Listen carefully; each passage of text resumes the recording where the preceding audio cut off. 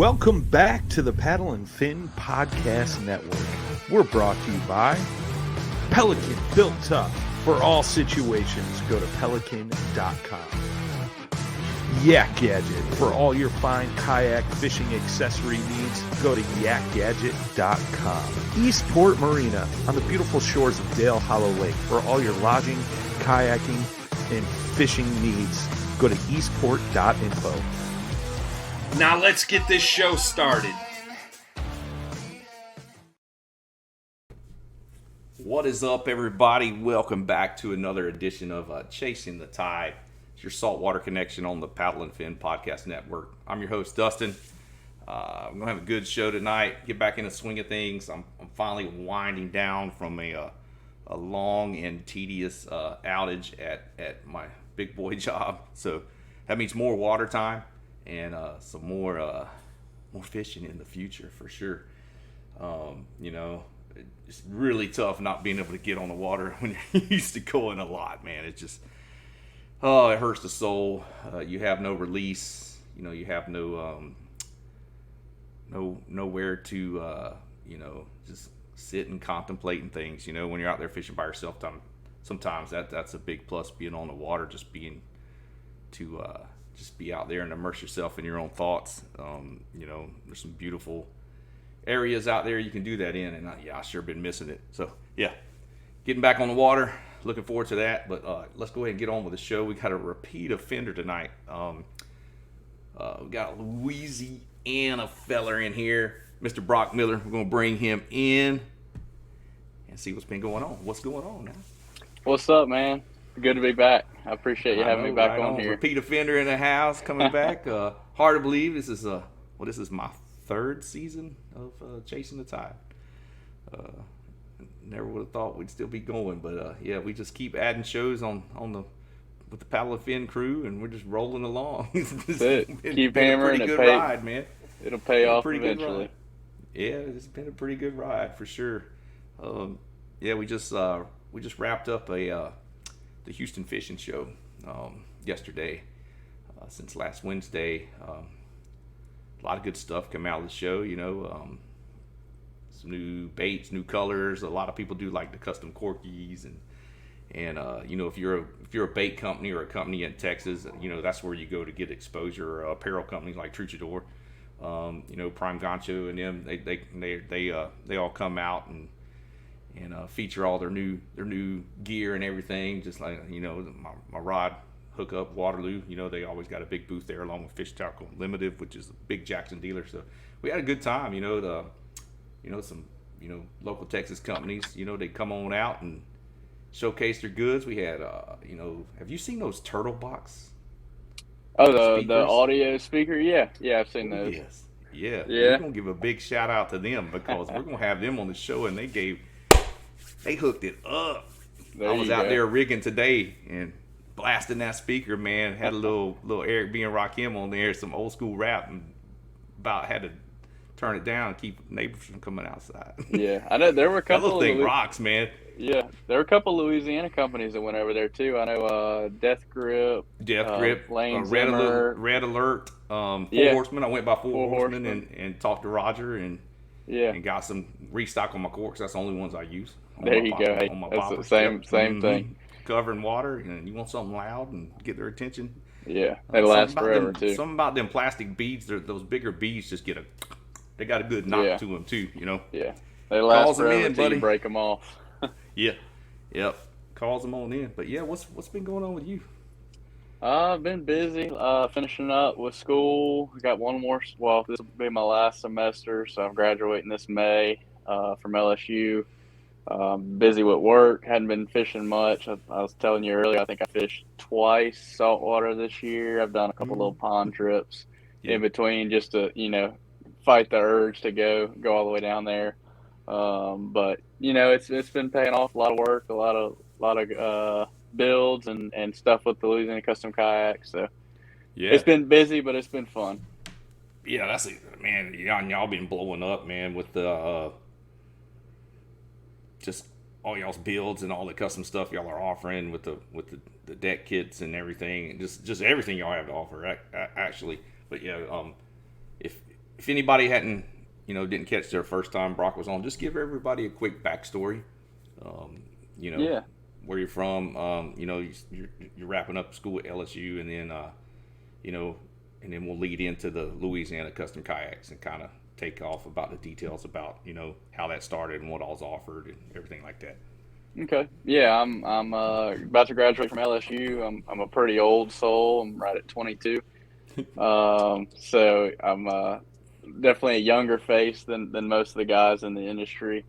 But yeah, got into kayak fishing, I think in 2012, just cheap Walmart kayak. And then, you know how it goes. You sell and upgrade, and then eventually you end up in one of the top tier brands and getting a sweet rig built out. And I've been with Hobie for, I think, the last 4 years. I've been running Outbacks, and now I got one of the new Lynx boats that they just came out with. Been tricking that out.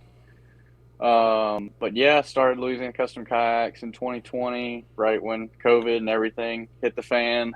Kind of because a lot of stores in our area either quit doing rigging and repairs, or they just kind of closed completely for a couple of months.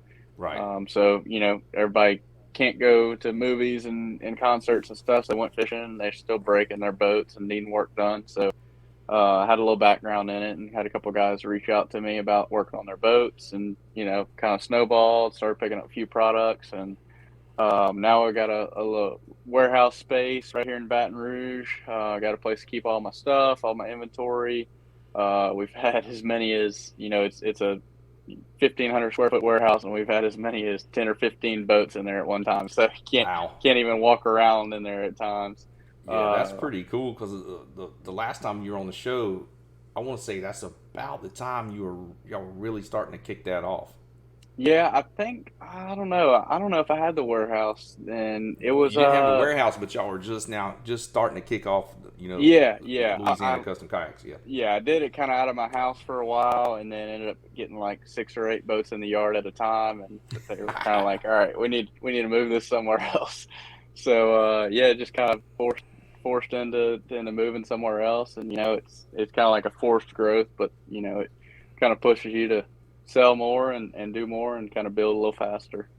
Yeah, no doubt. Well, what are just dive on in to what all y'all have to offer as far as what rigging options. What are y'all doing? Y'all run battery systems and lights and electronics and all that good stuff, right? Yeah. So probably the most notable thing that we're doing right now is the marine mats. The most popular one, really, this is right when we blew up. We did a gator skin boat for a guy named Lance Burgos. If you ever seen the video of the guy in the kayak and he pulls up the noodle line and there's a 12-foot alligator on it. That's kind of what he's known for. And so we did a gator skin boat on his PA-14. And then really once I got that and posted that boat up, and it kind of went crazy, the marine mat stuff really started rolling. But we do the custom marine mats, anything from the gator skin, fish scales, all kinds of crazy colors and logos and stuff like that. We also do fish finders, any kind of electronics, yak power lights, which is something new, which I didn't have when I was on there last time with you. We've been working a lot with Tim Percy up there out of Canada. His stuff's been blowing up like crazy. Yeah, his hand control steering that rigs out for the H rail for Hobies. I'm hoping he adapts that to track mount, because I'd sure would like to have that on my view pick. Wait a couple more weeks. I'm actually testing one right now on the Lynx. There you go. But that's a track mount system. So he's got that. I had brought that up on a couple of his posts. You sure need to make this for some tracks, man. Yes. Yeah, so we're testing y'all do that wraps out. too, or y'all doing kayak wraps also? I was looking into that this week. I've contacted a couple local people, and also I want to reach out to is it BRD Jet that does a lot of y'all's wraps? There's some guys, they do some wraps for some. So I want to reach out to them and see, what we can work out. I want to make it reasonable for our guys to get. A lot of guys get new boats every year, so you don't want to spend $2,000 on a wrap. It needs to be reasonable. But yeah, we definitely want to get into that. The Panoptics and live scopes been another big thing lately. I know we always saw our friends over at the Dugout over in Georgia. Yeah. They've been doing a bunch of those installs because they're more bass central hub. Right. And now as kind of the bass is creeping into our area and the bigger bass tournaments, guys are wanting Panoptics. So we've done a couple of those installs. It was really fun trying to figure out the cleanest way to do things. Besides that, I mean, power poles, the motor Yeah. installs have been big lately, with the Torpedo, Newport, and we've done a couple of bow mount. Yeah. We've kind of seen that transition from the bass to the saltwater Electrifying that guys. ride. Yeah, the motor trend right now is Yeah, through the motor, dang roof, man. the A lot motor of the tournaments trend. have got on board, even the saltwater Yeah, events over here. We've got a couple of redfish trails that allow them now, and it's just like, yes, yeah, sign of the we're times. Come on with it. I've, It's a tool. I've, It's a tool in my arsenal. I'm not a right, kayak paddler. I'm a kayak angler, and I'm gonna use whatever I can to my right. advantage. Yeah, I've definitely, Sean, when you're watching this, I've been pushing to get some motors allowed in our tournament, so hopefully it happens. There you go. But yeah, we're not a motor dealer. I kind of got to say Right. that. But yeah, we do all the installs for them. A lot of guys just get the motors, bring them to us, and we rig them out however it needs to go on your boat, and we can lock the Yes. steering on them and do the steering setups with the Tim Percy system or the foot control, however you want to do it. Mm-hmm. But yeah, that's been fun trying to figure that out for different boats. Yeah. But yeah, we do all the lithium batteries. We work with Ampere. I think they're over in Texas by They're y'all. over here in Texas. Mm-hmm. Their batteries have been great for us. They sent us a couple to run with the Newport. They've been doing really well. But I mean, besides that, we got a couple of new. We got a CNC in house. So I've been making a couple of plates, mounting plates, and storage stuff for the links and the Outback and PA. Oh, that's nice. Yeah. So yeah, that definitely brings us into a new realm, and we've got a couple of dealers that carry our parts there. And y'all still do the customizable stickers for put your name on the side and everything. The guy had doing that he got a new job, so he's not as worried about making decals. He's not making the decals as much. Right. So, but we're gonna try to bring that back because I know that was popular, and it kind of wraps up a whole build when you customize everything and then slap your name right there like the pro bass guys do. Oh yeah. Mm-hmm. So or like on the race car driving the race cars with their name right there on the cockpit. Yeah, our little fighter race, jets or something. Yeah, our race cars that go 3 miles an hour. So how's that been? Being that you're trying to wrap up school there at LSU, and then trying to get on the water. I guess the more you're working, the less water time you're having. Yeah, it's been kind of a sacrifice as of late. I fished I think one tournament this year. Normally by now I fish 3 or 4. Yeah. But just even fun trips, I've made 2 or 3 saltwater trips total this year. So it's been tough, but at the same time, I know once I graduate, get that behind me, then I'll have some more time. I've been kind of picking and choosing class wise, kind of prioritizing what's after school, Right. trying, passing my classes and stuff, but making sure I'm doing what I need to do for the business to make sure that runs as it should. So yeah, I'm ready to be done. No doubt. Do you live about on that. campus, or do you live off camp off campus somewhere? I'm like five minutes from campus, so it's not bad at all. Yeah, so. That's a plus. What's that pizza joint right there? Schlitz and Giggles or something? Yeah, Schlitz and Giggles. I actually live right by there. That's some good stuff, man. Right that by there, is good. Zippy's tacos. Yeah, I'm there all the time. That's good too. Yeah, there's my buddy lived over there for a while, and if I was coming back through, going back and forth to Georgia, I'd always stop in there and grab some pizza right off the and interstate. a couple beers. Yep, right there, man. Schlitz and Giggles. That's it. That's a good spot. Good stuff right there. And then I'll just head on into Scott right there and go to Best Stop and get some boudin on the way. There you go. Some Tasso and all that. Load my cooler up. Yeah. And, got some good stuff going on over there. Yeah, but I remember that place just cause the name was kind of weird, and it actually had some pretty dang good pie, pretty good pizzas in there, man. Pretty good. Oh yeah, we got good food over here. There's no doubt. There's good food everywhere. Yeah, I got some decent food over in Texas. No, I'm messing with you. I'm messing with you. It's good. A lot of places. Yeah. We had a new butcher shop open up here, the chopping block. They got one over in Webster, but we have one open up where I live. And man, they've been doing some house-made boudin and some. I gotcha. Their sausage blends they got. Man, they got some little boneless quail breast with a little drumstick on them. You throw about 10 of them on the grill. Yeah, I got some honey that was aged in whiskey barrels, so it's like a honey whiskey. Huh. Just pretty cool. Yeah. Glaze that on them quail like on your pellet grill on the char mode. Whew, God, I could eat like 2 dozen of them little breasts, man. Yeah. Quails. Yeah, and their boudin's real good. They got a real spicy one, man. They've been doing some good stuff in there. I've been going in there, give me some sausage, give me some boudin every now and then. It's nice to have some local, local stuff made. I mean, you can't compare to some of that good Louisiana boudin, but it's pretty dang close, man. I'm gonna give them some props because it's pretty dang close. That's pretty right. You don't have to drive a couple hours to get it either. Pretty dang close, but yeah, just getting back into things with you. You're just busy.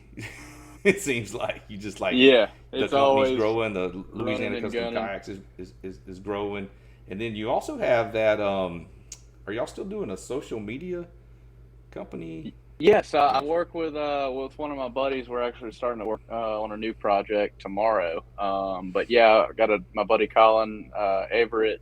We started Canefield Creative. We've been doing some media Creative. That's right. Yeah, we do some media stuff with. We did some work with Twitch Fish, which they're out of Lafayette. Yep. Which I know you've run their stuff before. Yeah, I run their clips. Yep. I'm stocked up on them right now. Yeah, I too. I did tackle yesterday, and I'm like, wow, I've got a lot of these things. But yeah, we've done stuff with them. Most recently, we got to go up to Monroe when the MLS guys were in town and do a bunch of work up there with Bill Lewis. Right? Yeah. Yeah, Cliff Crochet and Mark Daniels. We did a boat tour video with MDJ. So that was pretty cool. It's cool to work with those guys because they're best in the game, super professional, but at the same time they're just like us. They just want to fish, man. Have fun they cut too. up. That's how it is. Yeah, they're cut up, and the coolest thing is being in the boat with them, and then like one of them calls the other guy, and it's just like our conversation. Cutting up. Man, I'm on them over here. I bet you tore them up here, and it's like, nah, you didn't tear them up there. They're back and forth. Yeah, that sounds just like us on the water. That's how I am. My first two, same thing. Yeah, we see them on TV. Just wrecked them. Man, you ain't catching nothing. They're larger than life, but when you meet them in person, it's like they still down to earth and just normal dude who can catch fish. Yep. So that's been the coolest thing. We did a lot of stuff up there with those guys. We're actually starting work tomorrow with a tackle box company. I don't know if you've seen them, Busby Tackle Box. Busby, they were at the fishing show in Houston too. And they actually started right here in Baton Rouge. The guy went to the same high school as I did a couple of years before me.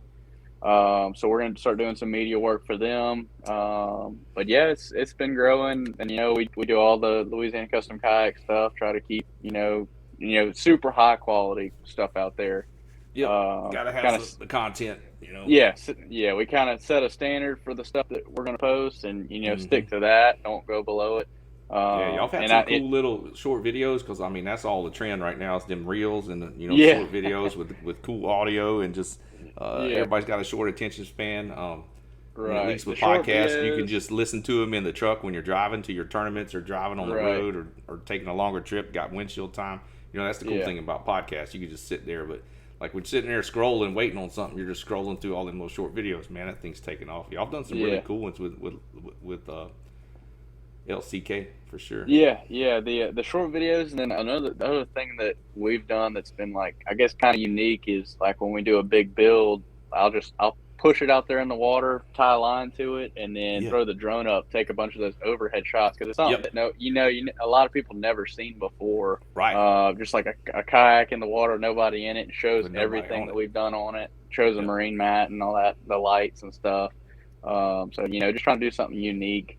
We've been able to come up with a few things that's like that. That's pretty cool. Yeah, that's what I was about to say. Y'all had some really cool drone shots of the kayak just sitting there just with nothing. Just push it out there and just let it sit, let the ripple settle down and get some good footage. Yep. Right. Been nailing that one too. Yeah. So, it takes time, but it pays off for sure. Oh, for sure, man. So Yeah, just with this, like you say with the LCK, and then you start at Cane Field Creative and all that. Yeah, it seems like your time has been limited on the water.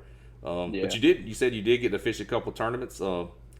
Yeah. Anything with that? What I know the Bayou Coast guys started up that national saltwater kayak series. I'm kind of helping with the Texas side of it. They're gonna have like a joint one, like from Lake Charles and all that over this way. Kind of give us a little region, and then one to the east in like Mississippi, Alabama, Gulf Coast of Florida. Yeah, Panhandle, that area. You fished the first one they had, right? Yeah, so we had our big tournament for the spring every year is Paddlepalooza. Typically it's down Grand Isle, like LA1. They got hit by the storm last year, so didn't really have the facilities to have 100 people, and really they weren't quite ready for that yet.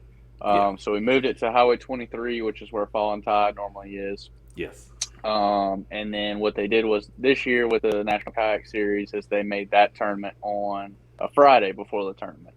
And it turns out that Friday was incredible, pre-front, low wind, cloudy, overcast, like amazing conditions. And then Saturday for the big tournament, Fallen Tide. Oh, it was. I remember I woke up at I didn't even set an alarm. I woke up at 7:30, and the cabin I was in was just swaying in the wind, and I went right back to sleep. It's not even worth it. See, I pre-fished that Friday morning, and it came in crazy. Yeah, because it hit y'all first. It hit us, and then it looked like the winds were going to be really bad up until like midday Saturday, but then it moved out so fast, and then I fished a saltwater tournament that day, but it blew all our water out. I couldn't even launch at like my normal places, and if I could have gotten the water, I would have had to walk through about 12 foot of waist deep mud, and I wasn't down with that. So I just tried to win big trout pot, and then somebody beat me by like 3/4 of a pound. They had a 5.13 and I had a 4.19. So I was pretty bummed. I had worked pretty hard for that, and that fish that day, with the low water, I had to paddle a lot. You grind, and then it doesn't pay off. Yep, I couldn't get to my redfish holes, and then if I could have got there, they were stuck. There was one spot I had in mind that I would have had to go over a little spoil and get back into a back lake, and they would have been stuck in there. And there had been some pigs in there too. But it's Friday, just one of them deals. But it blew it. Y'all had awesome conditions Friday, and then Saturday they got wrecked here in Paddlepalooza. Friday was really good. We had to me I fished the IFA series when those were around. Those were some of my favorite tournaments because it's there's no cap. You go out there, you catch the biggest 2 fish you can catch. Like you're not trying to catch a slot red, which I like those tournaments, but I also like catching a 40-inch bull. Like there's nothing that compares to that.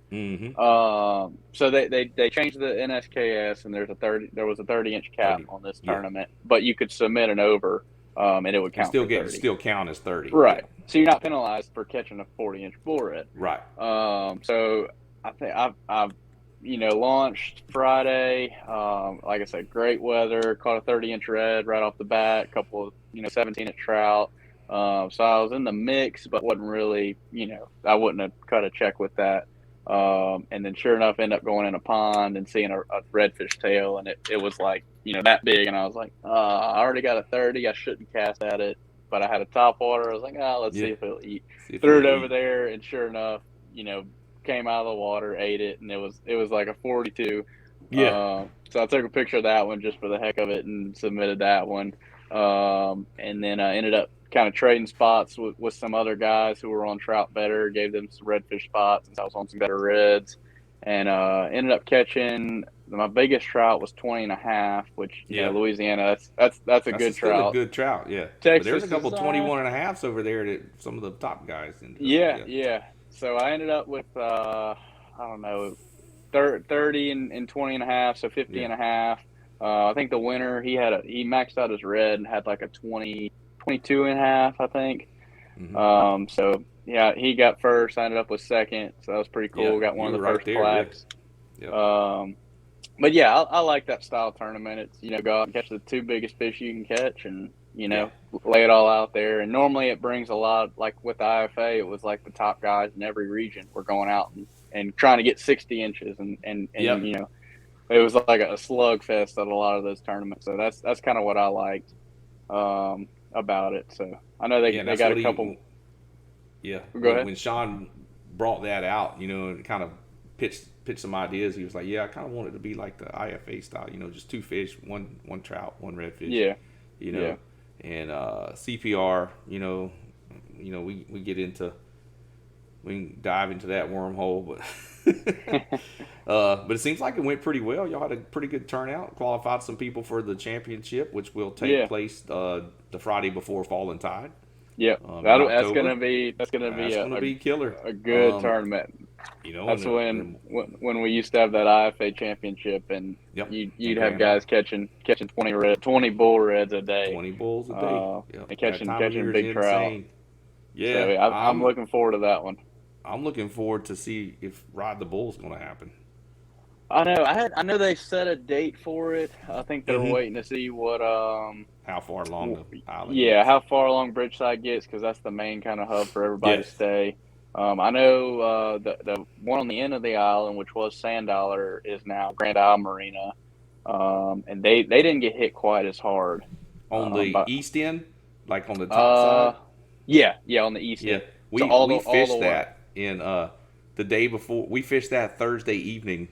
Oh, before I got over there Thursday at 11 o'clock, and me and Jeff Little from Torquedo launched out of there and went out there and fished some stuff. And we got caught in a crazy squall with 50-mile-an-hour gusts. And then we ate at some restaurant there that had the dang food was top notch. It was like some yellow building. It was pretty.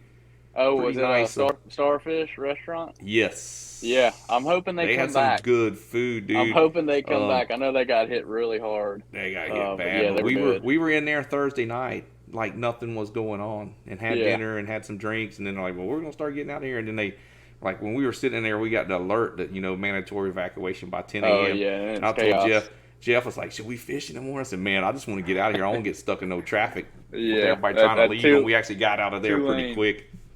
And like I said, we was there until Friday morning. We were like, oh, man. And then when that thing turned and made the beeline, I was like, man, I'm getting out of here. I know how the traffic's going to get. Yeah. From dealing with it over here.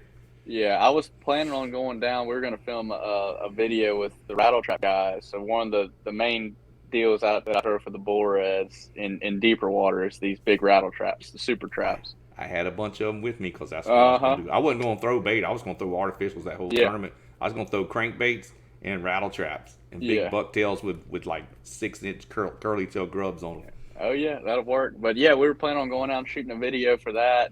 And Wes, the president over there, he texted me on Tuesday, and he's like, you watching the weather? And I'm like, yeah, it's not looking good. I'm like, if it gets pushed back, it'll be an insane bite because they'll be eating like crazy because of the free front. But chances are it's not going to be fishable. And sure enough, it blew through on Saturday, and, it was terrible. Bad. Yeah, it was really bad. Yeah. But they're coming back, as Louisiana people, we get hit every year, it seems like. Oh, yeah. Somewhere always gets hit. Yep.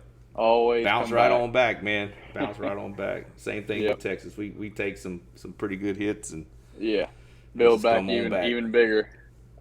Yeah, actually, a couple of those good. The one that we had last year just kind of hugged the coast, and the eyeball didn't really get inland too far, and it just it gave quite a few basins. It was a good flush. Yeah. Sometimes and it's it seems like a year or two after that, man, our redfish is fishery just thrives. Yeah. For some reason, and it's it's kind of nature's way of clearing things out, and it's terrible for the people who are set up down there. But it's kind of nature. It's part of living down there. Yeah, for sure, man. So that was it. You got to fish the Paddlepalooza and the NSKS or kickoff event, and then qualify for the championship already. Yeah, knock that out of the way real quick. Yeah, I try to do that early. For sure. Yeah, because you took the Bayou Coast Angler of the Year. That was 2020. 2020. I fished hard that year. I know we talked about that in the last one. I think we had just wrapped up. Yeah, you had just wrapped up that when we had you on the show last time. And then you had what you want? You were one of the younger persons to win the Ride the Bull too, correct? Yeah, that was Yeah, that was a long time ago. 2016. 16, Yeah, right? Yep. yeah. So I was 16 when that happened. That was, I don't know, it was Giddy. crazy. Yeah, that kind of like And you were I paddling, liked. right? Yeah, I was in a Jackson Cuda 14. Coup to 14. Uh, There you go. Hmm. yeah, so I mean that from that time kind of like propelled me into, in this direction, at least. So it was a Yeah, we cool all start event, and somewhere, man. That's cool to start out like yeah, that too with a bang. yeah, yeah. For so many years, in the tournament scene, guys were like, "Oh, you want to ride the bullet," and kind of whatever. So then I was like, "All right, I got to win a couple more," Win a and couple kind of, more of these other ones and show them what's yeah, up. Yep. yeah, This show them young what's buck up. coming in there and take your money. Yeah, so, but yeah, I like the tournament. It's kind of a, it's a test for everybody, and I don't, I don't take it super seriously, but at the same time, it's, I'm not going out there to fish for 10th place. Like, I try to shoot for, top spot every time. So Shoot, yeah, man. Shoot for the moon, swing for the fences. Yep, yeah, that's it right there. Oh, so coming up, this time of year, redfish, ours are finally starting to liven up a little bit more, coming out of that deeper water, you know, spend a lot more time up on the flats, yeah. finally. What you gonna have tied on, man? Pick three. Uh, I'll tell you. Give me 3 setups right now. What you gonna have on your boat? Put you on the spot. 3. I'll be honest. I've been more on a trout kick lately. There you go. I I like that caught. too. Yeah, I was on. Give You me, know, give me 3. Your top 3 trout baits right now. well, I mean, There you honestly, go. they kind of cross over. Yep. But I mean, lately it's been I love top water. We talked about that Yeah. last time. Oh yeah. And I like big top waters. Like, I know a lot Mm-hmm. of guys throw like mini spooks, and there's times for that. But like when I throw a top water, I want to over here it'd be a 24, 25 inch trout. I want him to look up at it and just want to eat Man, it and kill it. I'm about to eat that. Yeah, yeah. That's gonna hold me over till tomorrow. Right, exactly. And when you're throwing a little baby top water at them, it's like Yeah. you Oh get yeah. bites, but but I like the big super spooks and the big Mm-hmm. skitter walks. Yep. I like the spooks because they got 3 hooks on them, so you got a better shot at Yeah. them. Better shot. Yep. At the same time, you'll have them smash it, and then it's like, how did you not get hooked? but Oh yeah. but Blow it out but of the yeah, water away from them and all that good stuff. right, Yep. yeah. Mm-hmm. But yeah, I'm a big fan of top waters. I throw mine on a spinning rod because I like longer casts. I feel like that's a Mm-hmm. big thing in trout fishing is stealth and making long casts and being quiet. I'll go fishing around guys and they're playing music and stuff and making a ton of noise and I'm 180 other way. you know, Oh yeah. Yeah. getting away from them. I like being super quiet. I won't play music or like if I'm talking on the phone, it's a quick conversation. That's it. But next one's probably gonna be a jerkbait. I know we've seen the jerkbait craze lately with the bass guys, but I've been throwing them for Yeah, I've been years. throwing them for trout for a long time over Yeah, structure, around structure.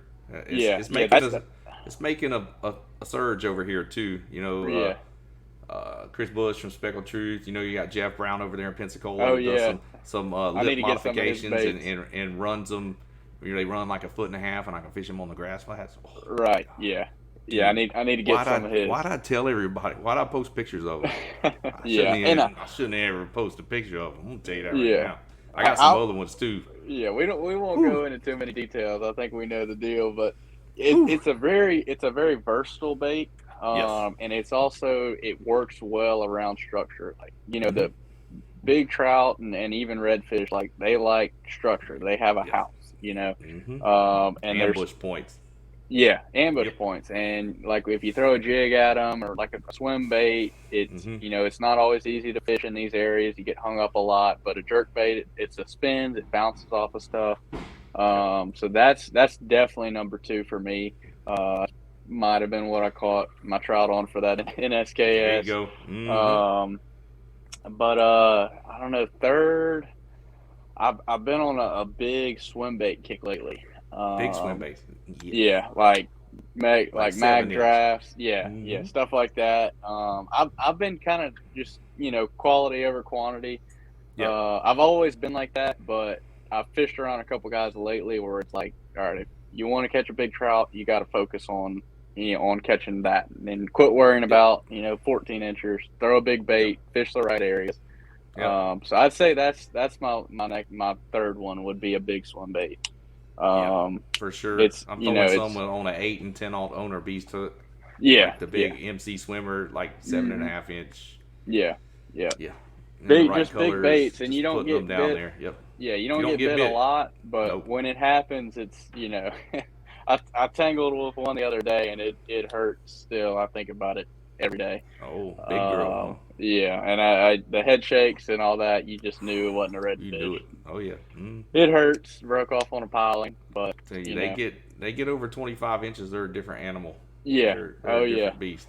They're fast and they're mean. They're fast and change direction on you so quick and pull drag like a redfish. Will make you think twice about what you got.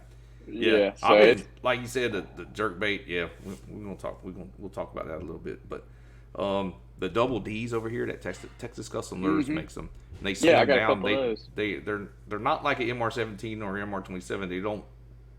They don't sink. They're more suspended. You swim them. You swim them down, and they cap out at like 2 foot deep, and they just swim, and you pause, and they says, "Dude, I've been jacking bass on them over like submerged hydrilla." Oh yeah. Keep But the XXL ones, the big one, the pistachio color one. Oh, dude, I've been over shell ambush points, dude. I've been crushing them on that. Yeah, and I've been crushing them on. Hurts when you buy them. Spending $18 on that. 17, $18. Yep. But it's part of it. For sure. Part of it. That Mike Herman, he's out of Louisiana. Donkey Bay swim baits. I've seen his. I need to pick up some of his too. Those are 5.5 inch pogies. You burn them across the top of the water. You can slow swim them. I got one that sinks. It sinks 1 foot in 2 seconds.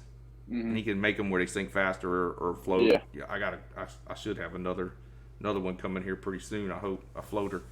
Yeah, I need a couple of his. I was ripping them across the water. I was fishing it's probably 2.5, 3 foot deep, big shell, big oyster reef with little cutouts in it. And I was in this little where 2 reefs came together, and it funneled down. It's probably about 30 foot across, and I was throwing up in that with that water ripping out with the wind pushing through it and just ripping that bait out of there. And they were about to rip the rod out of my hand. I had 11 fish over 11 trout over 21 inches that morning. They're just stacked up in there. And then the Paul Brown corkies, the custom corkies, Texas Custom Lures, Coastal Marsh paste some great colors. Always got one of them or a soft iron XL tied on, and maybe even downsized sometimes, depending. Because there is a time and place for small baits, but most of the time I'm gonna be throwing something bigger. Especially transition all this bass stuff over, for quite some time now, and then everybody else is starting to figure it out. Right? Yeah, that's can't share. I'll share some, but I'm not sharing certain things that I know. I was watching the MLF and the Bassmaster tournaments. Take a little mental note, something they do, because I've talked to some of my biggest role models over here, the Brendan Bayard, Steve Lassard, like the Hammers of Louisiana and kayak fishing. A lot of the stuff they do translates from bass fishing. Oh yeah, because those guys are so much more technical about it. Like saltwater, almost every guy's going to come out here, throw a popping cork, and that's it. And not very many people throw top water and big baits and are like super technical about their setups. So I think that's what gives guys kind of a leg up is the details. And the guys that grew up bass fishing are still bass fishing and are more into the technical side of things and understanding the fish. I use my side imaging a lot, and I'm telling you right now, I'm gonna have live scope on my saltwater rig, and I'm gonna start using it around my structure. Yeah, it's gonna be a game changer for sure. right there. Yeah, it is coming. Yeah. Once you watch a 25-inch trout hit a jerk bait on live scope, it'll be over at that point. Because I use my side scan to set up on them in the cutouts in the reef and can see the fish and throw to them, and I know they're there and they hit it. So I said, man, if I can adapt live scope to that and get the settings right, I was like, that's going to be insane. Coming. It's coming, no doubt. Oh yeah, I'm gonna make it happen. It's coming. I want to watch. Gonna be killer. I want to watch a bull red school because we catch the bulls in the passes, and they'll be. I've got pictures on my graph where there's 30 bulls underneath me. Yeah. So I want to watch a live scope of that, them like chasing a rattle trap or something. I think Oh yeah. I'd pull the hooks off of my bait just to watch that, just watch them tear it up. Just to watch them just Yeah, demolish it and see what they'll do, or throw yeah. a big A rig with a bunch of 5-inch curly tails on it. Oh, Think about that. You'd come back with the just the head of the rig.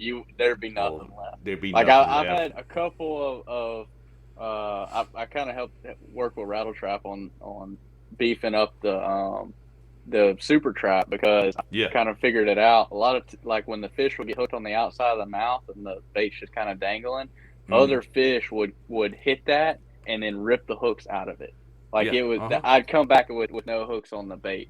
So it's down there. I mean, they'll eat anything, but jigging a big rattle trap and trolling that's that's where it's at. That's where it's at on artificial. I'm not gonna sit there and soak no bait. I'm gonna use my motor and get out there and troll stuff around and just have a blast. Yeah. The coolest thing is if you fish under a big bridge. I don't know if y'all have the structure on the bridge, the rock piles. Yep. Yeah, and a lot of times you can hear it, vibrating underneath the bridge as you're going up and down, yo-yoing it, and then that vibration stops, and it's like on. And sure enough, you're right in. They pull you into the bridge and break you off, and there goes $15. But it's worth it. I'm almost curious if you can, like those bigger chatterbaits, ounce and a half. Some guys have thrown them. The biggest issue is a lot of those are made for bass fishing, and they destroy them. Like you'll come back with your eyelet. That's it. Yeah, just straighten out. Yeah. So I mean, I think once that gets into salt water, which I'm sure Z-Man has 75 different chatterbaits. Once they make a saltwater like cobia chatterbait or something like that, yes, I think that'd be killer with a big, a big 10-inch fluke on it with like an 8-aught hook. Oh, big blade. It will jack that thing. But just it has to, the terminal tackle on it has to hold up to the big fish. Yeah. Sure. I've heard some guys that modify them, but I'm like, I'm tied on popping a rattle trap out of the box, tying it on, and that's the easiest thing to do. Yep, those and the big curl tail grubs. Mm-hmm. Big gulps, and really anything. We've been out there and had our bait get torn off and drop down a jig head. And you end up catching one. So yeah, for sure. When they're fired up, it's insane. Big old 10XD. Yeah, I've thought about that too. They'll jack it. Yeah. I got one ripping them on the rocks over here. Yeah. Yep. We've done that with the little Bill Lewis stuff, little MR6s, and they got an MR12 now that I'm end up throwing for them. That'd be nice. But and that's just the bass fishing stuff. Translating over. Like most of the time, you fish a rock pile, you throw a popping cork at it, and that's it. But now guys are throwing floating traps and diving baits at them and stuff, and it gets bites because the fish have never seen that before. Never seen it. I'm really big on the square bill in our deeper bayous over like root balls and stuff, and then when they move up in the deeper in the channel swings along the edge, that go from like the 14, 15 foot of water up to like 7 to 5 foot, and then burning that square bill along that drop off. This time of year is like really good for that before they really start pushing back out on the flats a lot. If you get a cold snap, it pushes some fish back deep again, especially redfish, and then they'll come up there as the day warms up, and they'll crush that square bill along that channel swing, just like bass fishing. Just like it. Yeah. That's the good ones too. There's some good ones in there. Whew. Mm-hmm. I like when they do that. It's good stuff. Man, we just moving right along. Man, we're almost 45 minutes in this thing.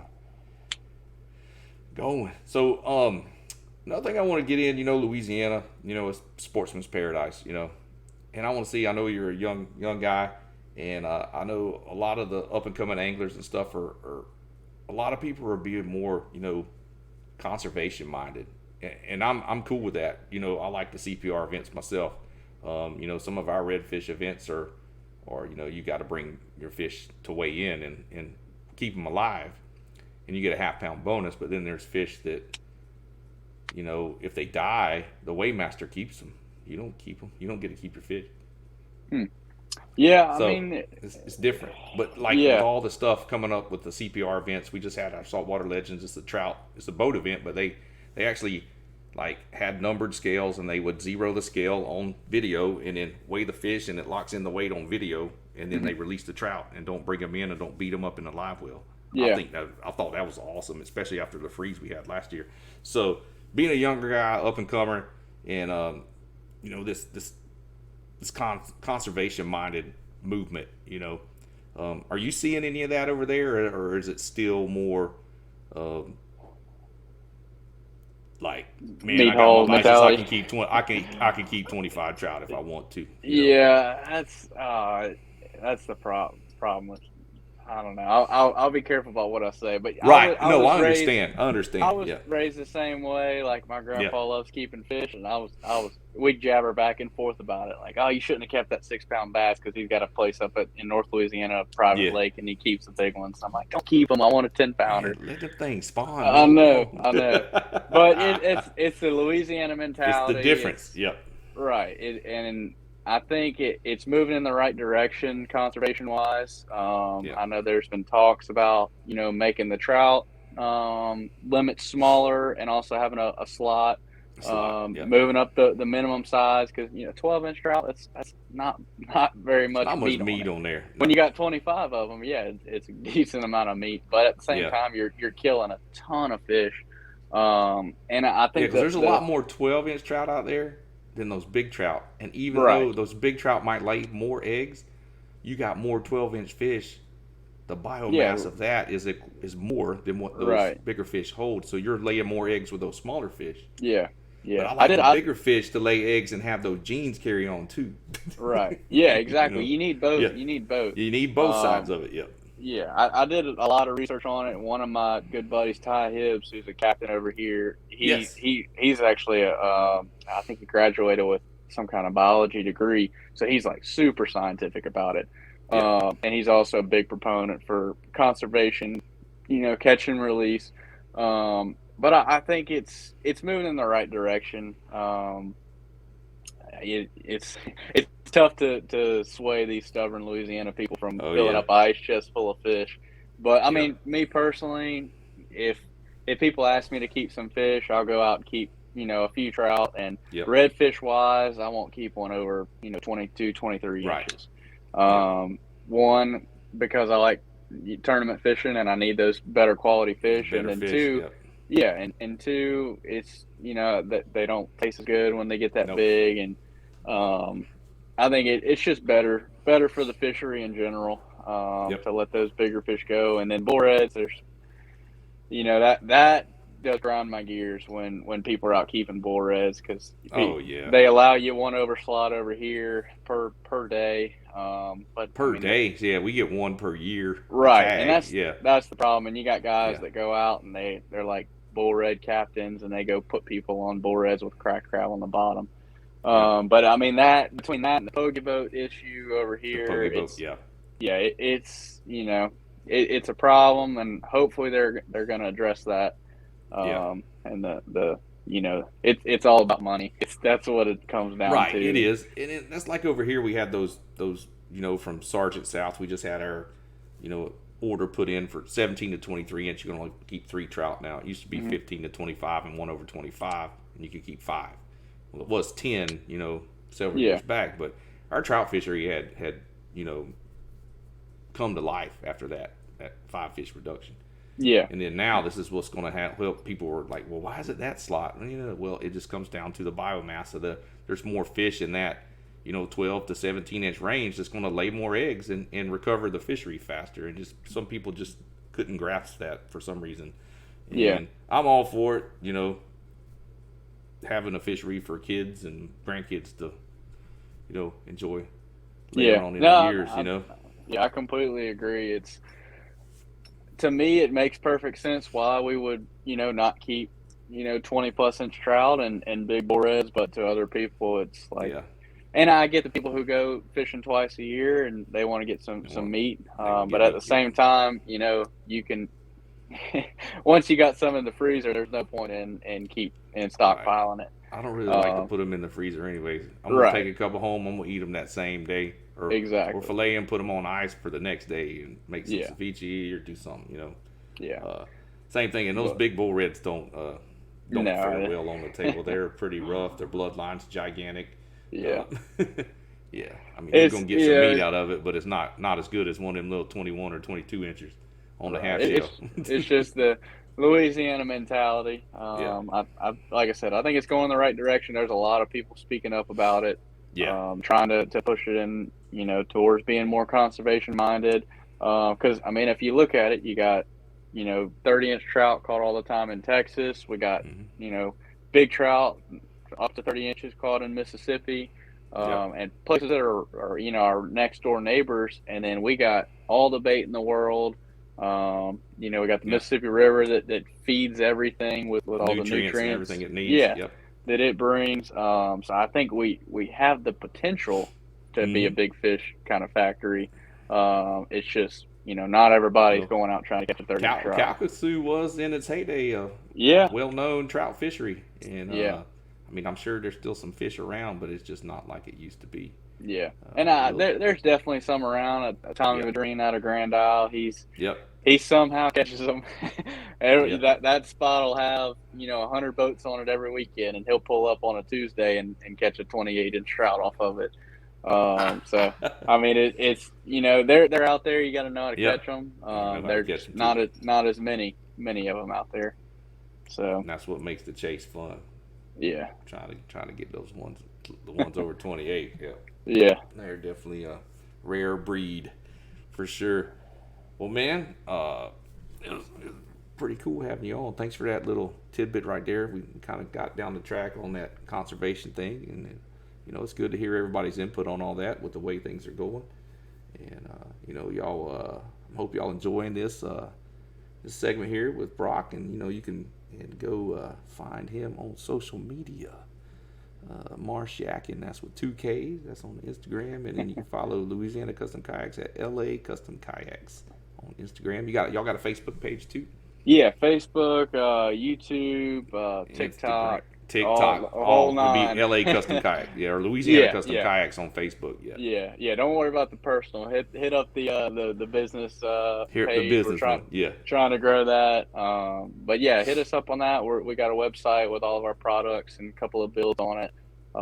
Shoot us an email. I've got a lot of guys that email me just questions about rigging their boats, and I get on calls all the time with people just saying how I would do something to keep it clean, or what I would do in that scenario. Right. So I mean that's kind of my biggest goal with this is like you can have a retail store, and there's some great kayak retail stores out there, but I want to be like a basis for knowledge on rigging boats and helping people do it themselves. Like I can only rig so many boats here in Baton Rouge, Louisiana, but I help guys over in California and like overseas, all over the place, rig up their boats. That's cool. So that reach, I think that it's crazy. Yeah, that's what social media does. Yeah, right. That's the coolest thing. A lot of people talk to me and they're like, "Oh, Louisiana Custom Kayaks, you work on boats here in Baton Rouge?" And it's like, no, I got guys in Canada and Chile and all over the place. Yep. Help them out. That's what's cool. Yep. Yeah, that's the cool thing about social media and all that is you never know who you're going to talk to. Yeah, you never know.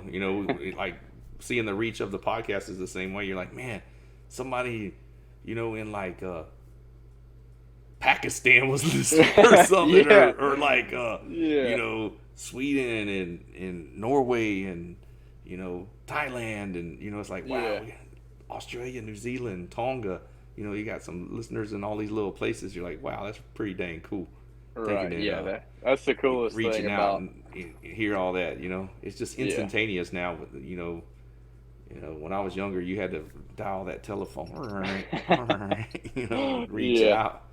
Now it's just, man, you're connected over this internet thing, and right, video footage, FaceTiming, and all this good stuff. But it's the information age. That's what everything's out there, and it's part of marketing and branding. It's a major tool.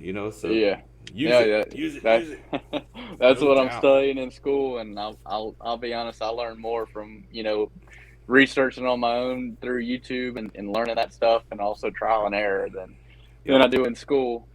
But pretty much, that's part of it. That hands-on learning, that's nothing compares to that.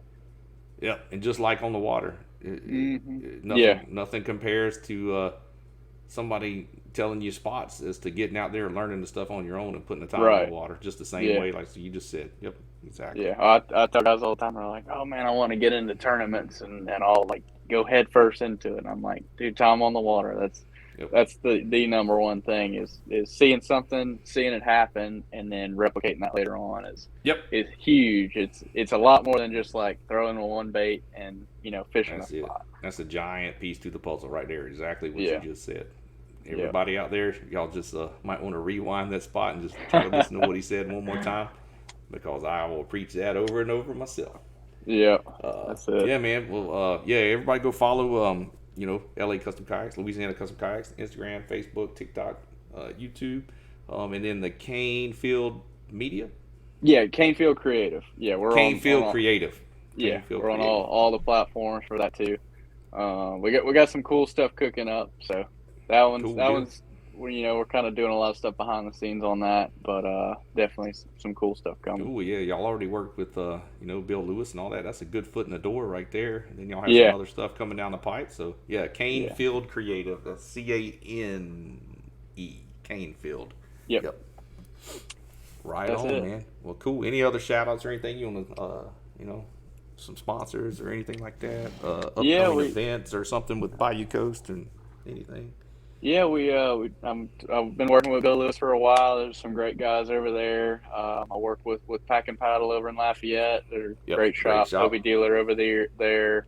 Trying to think. Work with the Twitch Fish guys. I try to keep it, kind of local and people who I, actually, work with and use before I work with, before I get on with them. I've done some stuff with St. Croix rods recently. That's been pretty cool. I love their stuff. The Fins, they're a great company. Yep. They hook us up with some line. But I mean, besides that, I try to keep it, the home team and home team. Yes, sir. Support our local guys and guys like you and our Texas guys and over in Florida. So we.